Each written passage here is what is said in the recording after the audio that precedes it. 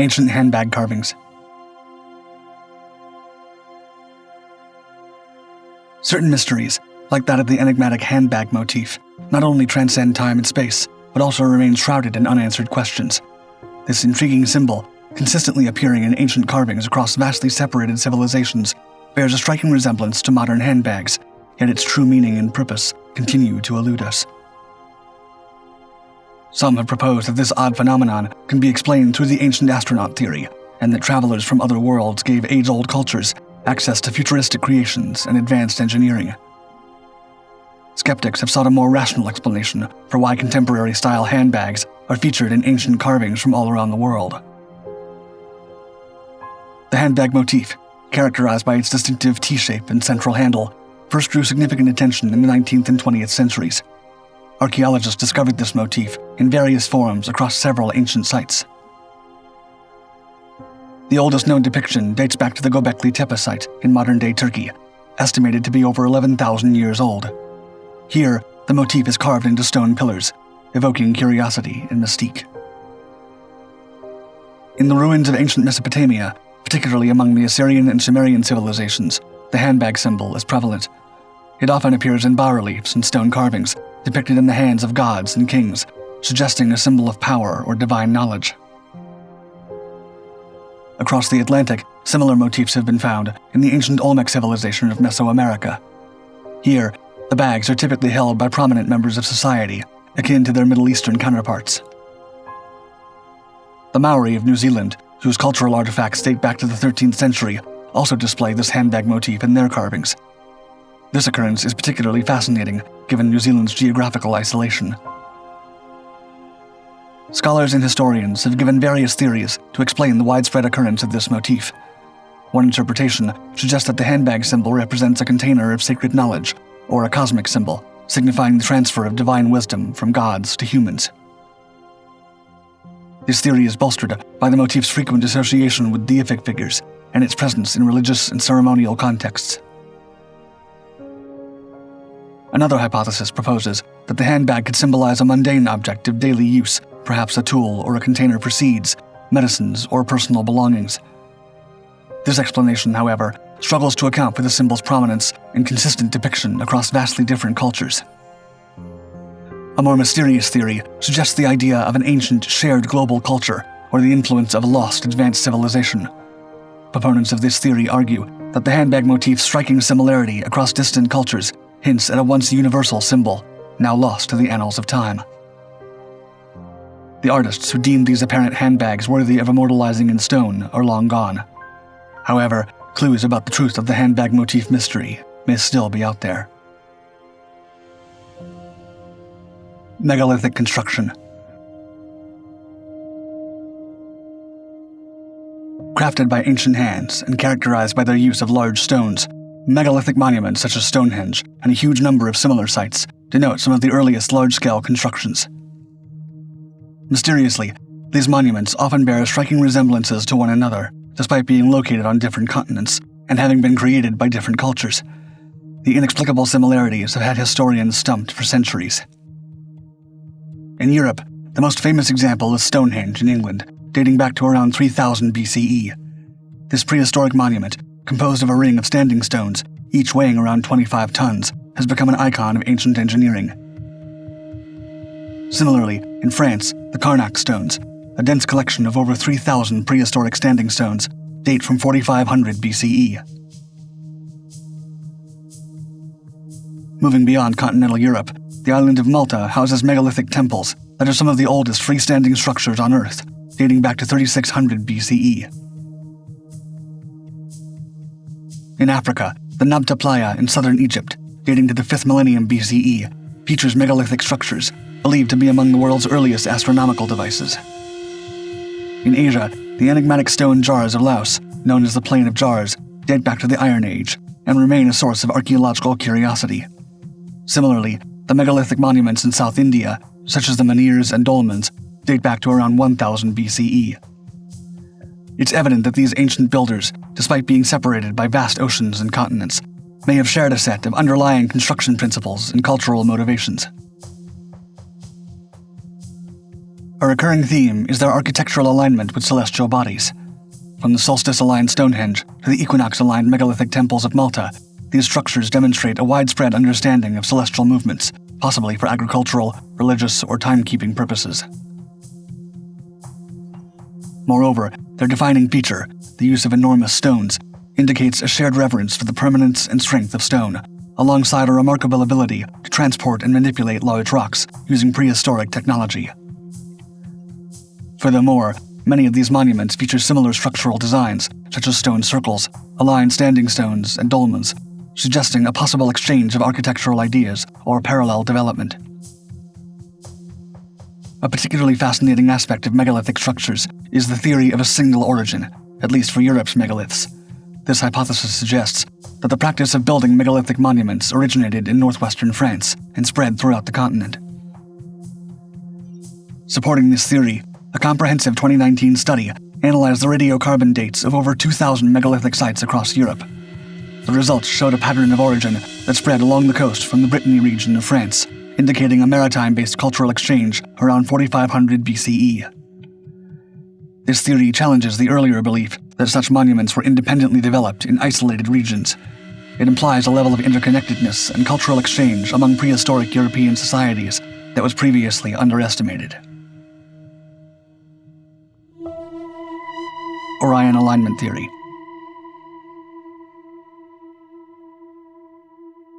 In the canvas of the night sky, the constellation of Orion stands as an ageless guardian, a celestial marker that has intrigued for millennia.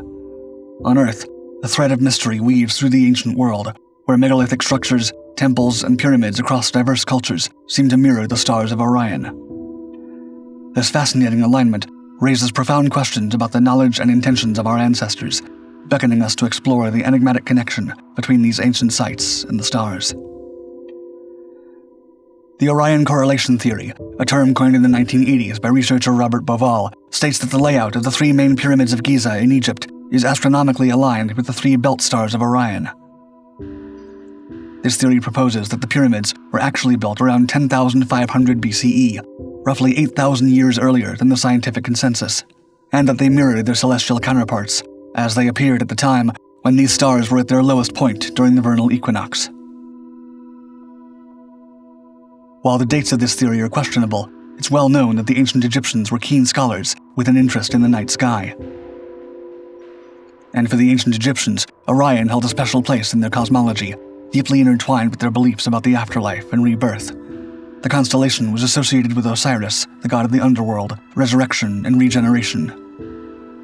This celestial association was not merely symbolic, but formed a critical part of their funerary rites and beliefs about the journey of the soul. They believed that the pharaohs, upon their death, would become stars in the Orion constellation, joining Osiris in the celestial realm. Remarkably, an ancient site in Mexico, known as Teotihuacan, bears surprising similarities. Teotihuacan is home to the Temple of the Sun, the largest pyramid in the area, which is believed to have taken more than 100 years to build.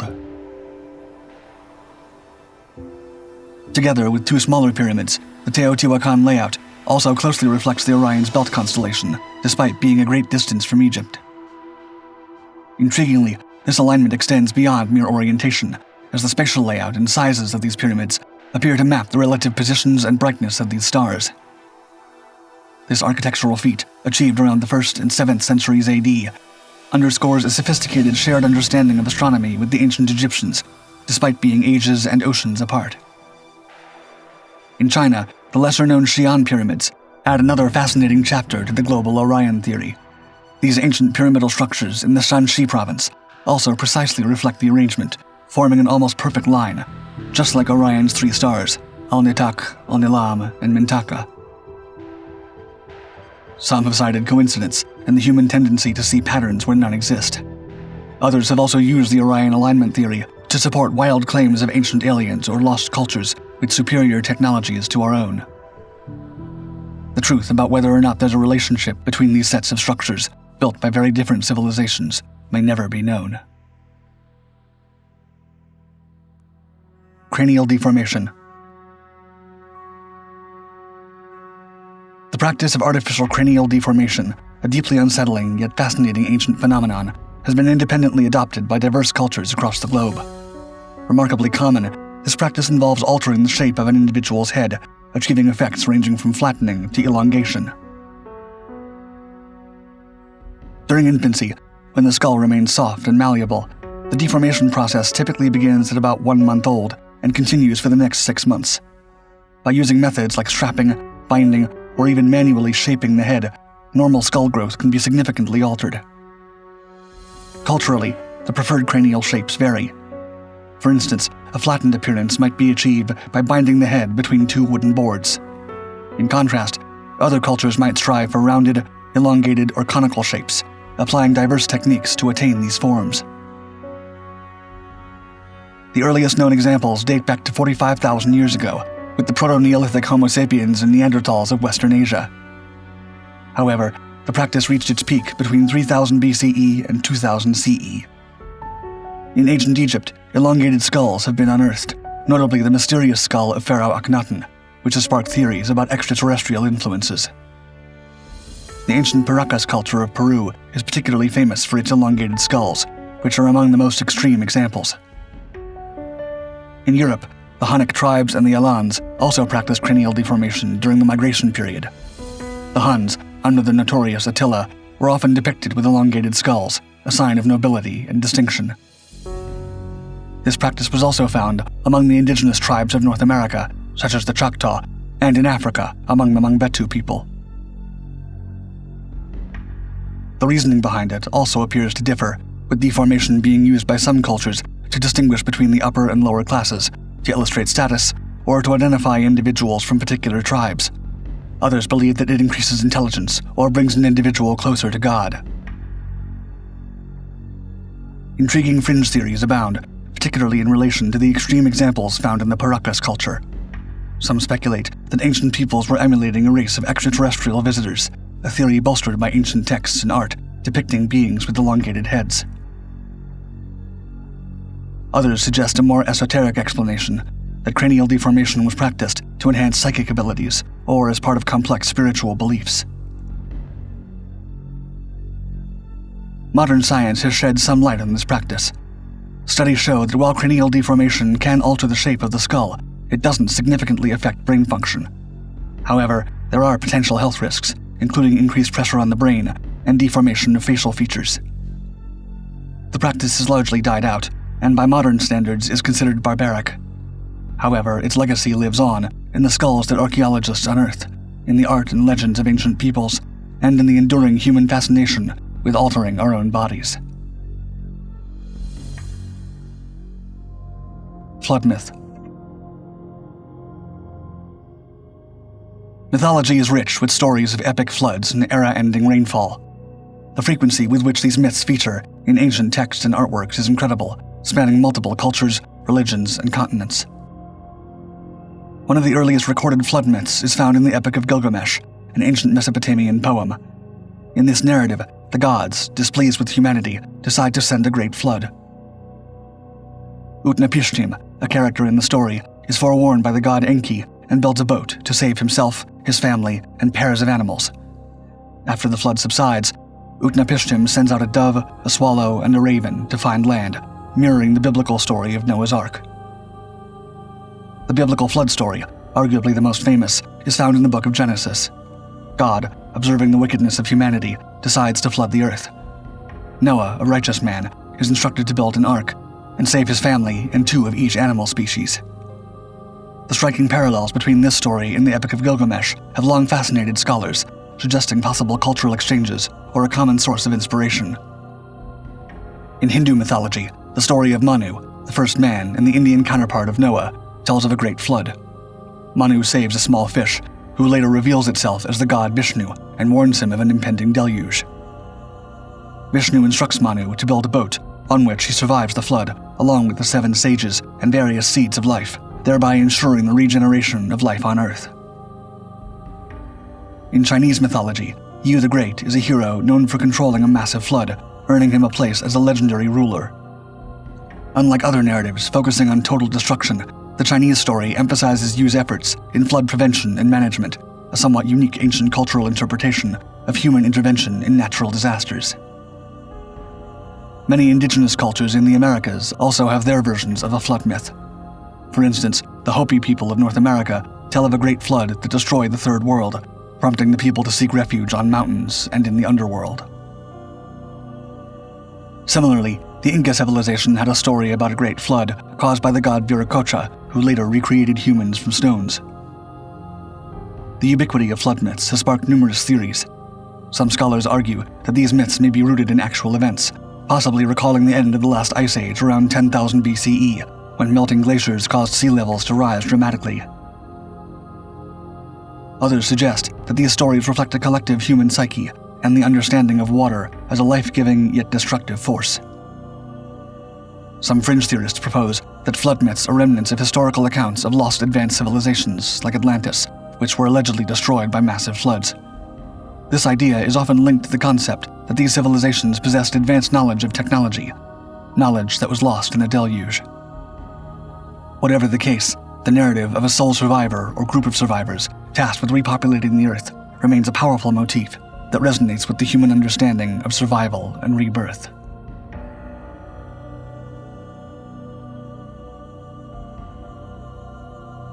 Are you ready to unlock the secrets of the past? Subscribe now to Dark Five's brand new Ancient Mysteries channel and embark on a journey to uncover the most enigmatic and awe-inspiring mysteries of ancient times. Leave a comment if there are any ancient mysteries you want us to explore in upcoming videos.